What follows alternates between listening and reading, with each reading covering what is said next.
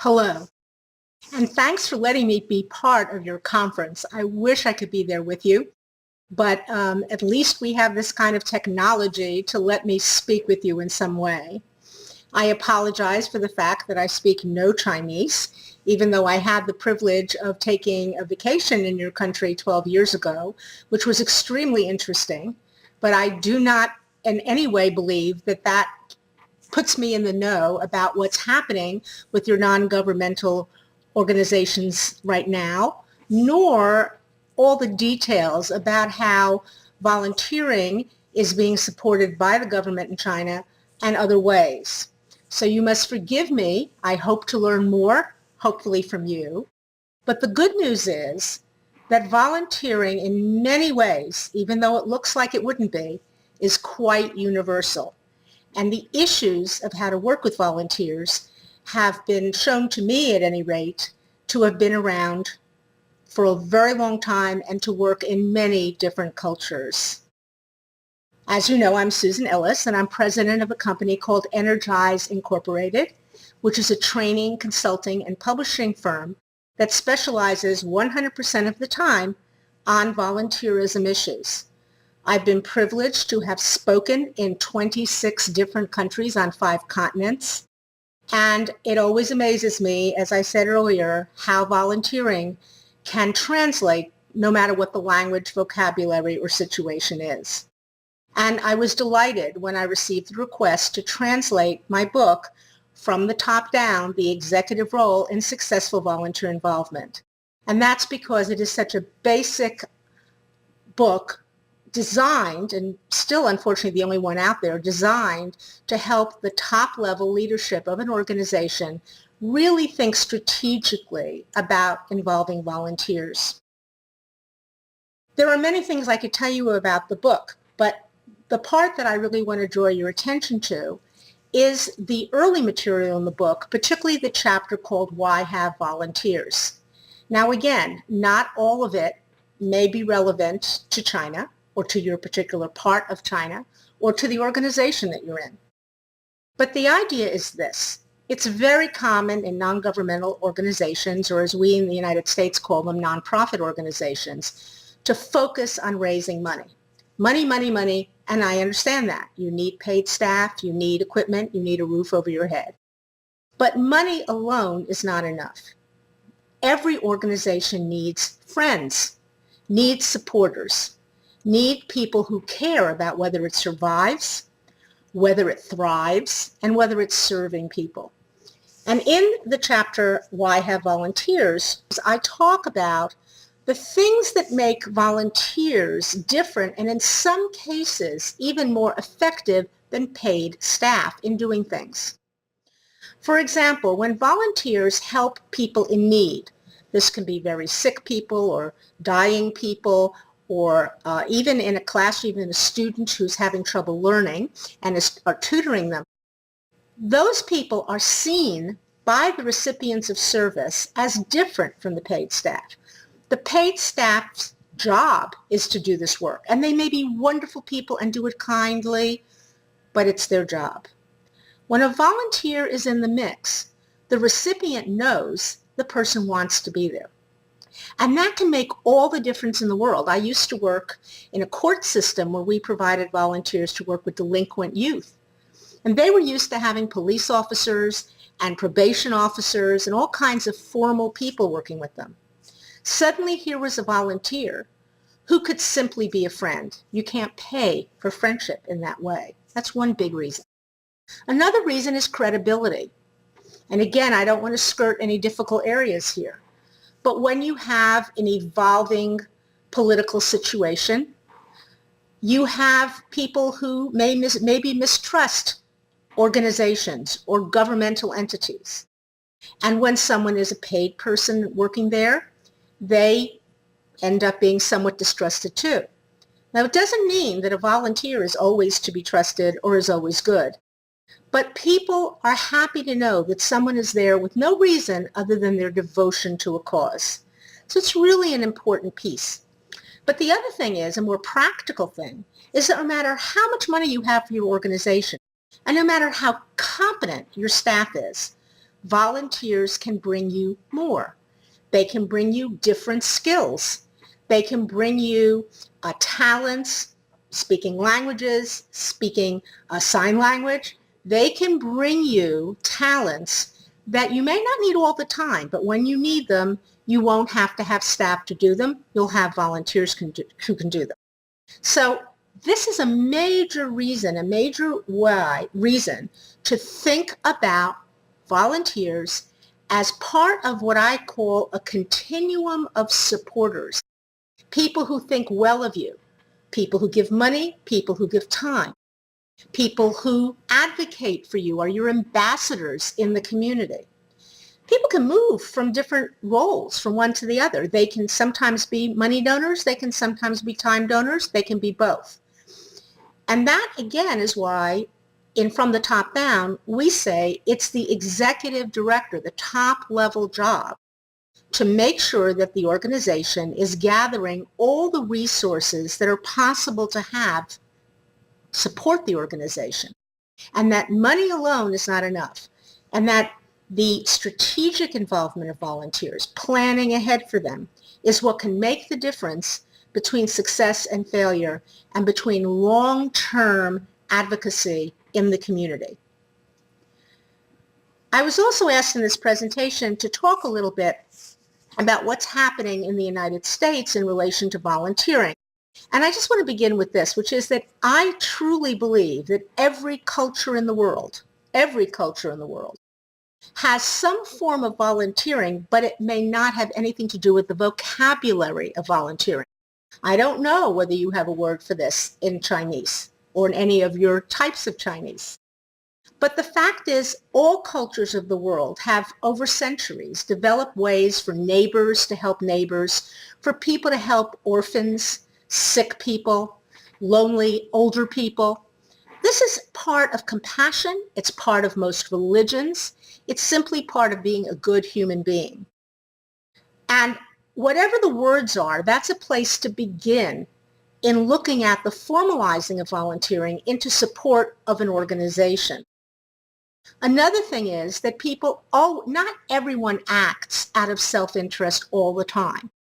Or another way to put it is sometimes self-interest aligns with something that needs to be done.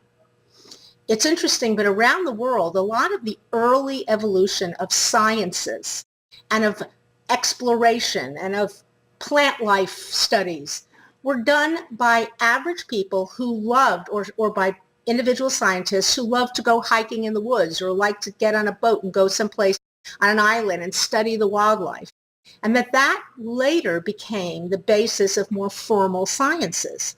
Well, that's a form of volunteering. It's driven by a person's passion, not by whether or not they can sell something afterwards or gain fame or acclaim. And so there's a basis for volunteering in all cultures, no matter what you call it. In the United States, one of the powerful things about volunteering, again, because we started as a democracy, was that volunteers have always been the pioneers and the mavericks. They have seen things and continue to see things way before anyone else recognizes that there's a need. And if you take something like, in the last 40 years, the development of AIDS as a real problem, and the fact is, in the beginning, no business saw any way to make a profit on anything related to AIDS. The government was very, very slow to act in relation to AIDS. And so what you got was private citizens, maybe in desperation, helping one another out and basically proving that there was actually an issue here that had to be addressed, which then became a money-making industry, part of government regulation. But it began with volunteers who were mavericks and pioneers. And that continues today. Also in the United States, as you know, we're in the middle of a very contentious political time, but you always have to remember that the people who are on one side of a political issue and the people who are on the other side of a political issue organize themselves in the same way, and both sides depend on volunteers. Volunteers are not always right. They just fight with what they think is right, and then leave it to others to figure out what's happening. One other thing is that there is an image of volunteering as the helper and as charity. as helping those who are in need, which is a big part of the service. But it's important to realize that you don't just want volunteers to help those who they see as somehow lower than them. The best volunteering is when the giver and the recipient see each other as equivalent, as equal, when they both benefit and it's a form of exchange. So if a student can get some university credit for doing something that they care about doing with a person in need, that's a nice benefit. The person in need gets the help, the student gets something else out of it. It is not necessarily selfish, and it is a way to appeal to people. It's also the concept of community and neighborhood, which is also very important. I also want to take a few moments to talk about how the internet, or really the World Wide Web, has dramatically changed volunteering around the world, and certainly in the United States. First of all, the advent of the World Wide Web gave us, in many ways, the first truly new form of volunteering in the world for decades, if not hundreds of years. And that is to provide a different kind of service electronically, to be able to reach out to people, but not necessarily to be there with them. In the beginning, online service, as it's called, or virtual volunteering, as it's also called, seemed to be focused on things like, I'll volunteer to do a website for you, web design, on the technical ends of helping people to learn the new technology and to build better tools for it. And as a matter of fact, you need to be aware that the World Wide Web itself is an incredible example of the power of volunteers, because much of the basic programming was developed in open source programming, which means even today you have all kinds of programmers who are together sharing their knowledge freely without making a profit on it and increasing the power of the internet for everybody. And that's something that's not often thought of, but it really is a part of internet. Now, what's happened now is because both having computers, having cell phones, which are themselves computers, tablets, all of the, as they say, convergence of technology, has suddenly put internet technology into daily life of everyone in the United States. Yes, there's still a digital divide. We understand that. But really today, and by the way, that's a whole area of volunteer activity here, is helping people get access to the computer technology. But what this has done is it said, okay, what kinds of things can someone do through the internet that are not just building a website, but are of actual service? And that's evolved a whole lot of things. For example, you have business people who during their lunch hour at their desk in the business world are tutoring and mentoring students sitting in a classroom somewhere by being connected by their internet, because today you can have one of the voice over internet platforms like Skype, and people can actually see each other and they can work together. You have all kinds of research being done by volunteers to support various professions and things they can do in their free time. A friend of our field who unfortunately recently died, Mike Bright, who did a program about this in England called Help from Home, used to talk about it as volunteering in your pajamas. You can do this at midnight. You can do research at midnight. You can do various things. You may or may not know that the United Nations has for the last 10 years had a program called the United Nations Online Volunteering Project.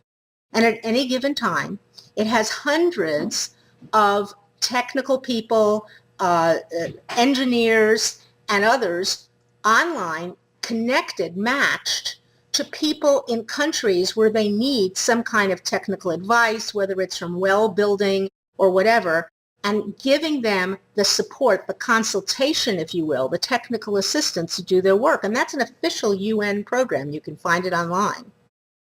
Similarly, there are self-help groups online. One of the earliest was a group in the United States, which was called Sidelines, and it was women who had been diagnosed with difficult pregnancies and were told to stay at home, that they had to stay in bed. That was how hard their pregnancies were. And these women found themselves online, because now you can find anybody with a common interest. And they created a support group for themselves where they would visit online, they would share information. This is a very powerful way of doing it. And that also leads us to the international level of this, because online, the people who are responsible for volunteers have found one another. I really encourage you to visit the Energize website. It's www.energizeinc.com. It's a free website, and it's the largest in the world for leaders of volunteers. We have over 1,200 free pages of information about how to work with volunteers. We also list many websites because today you can recruit volunteers online. In the United States, this is a very big thing. I don't know that there's one available yet in China, but it will come, I promise you. And so what happens is volunteering and the internet are becoming closer and closer aligned. Even assignments that have been around a long time, one of the longest running assignments in the United States is people who visit someone who's homebound, particularly a homebound elderly person, at home, and they visit once a week. Or they're a big brother or a big sister, they work with a child who needs an adult mentor. And again, even in the best of programs, the goal is to visit once a week. Well, all of a sudden, you can still visit once a week, but now you can add a periodic Skype call. Not just a quick phone call, but actually seeing one another. You can interact by email. And that also helps elementary school students develop literacy skills by being able to type emails and see the value of that. So I'm spending this much time on it because I really believe that this is something, particularly in China where you're starting somewhat fresh with these organizations involving volunteers. I urge you to realize several things. First, that you may have people who can help you remotely through the computer, but also that you can reach out to people around the world who can help you and assist you, even come speak to you by Skype to help things be better. There are hundreds of things I could say, and I really don't have the time to say it. I hope the translation of From the Top Down is a good one, and that you will find it useful to you as you build new organizations and grow existing ones in China. I hope you will visit the Energize website, and I thank all of you for the work that you're doing, and I'm delighted to have colleagues like you on the other side of the world. Thanks so much and have a great conference.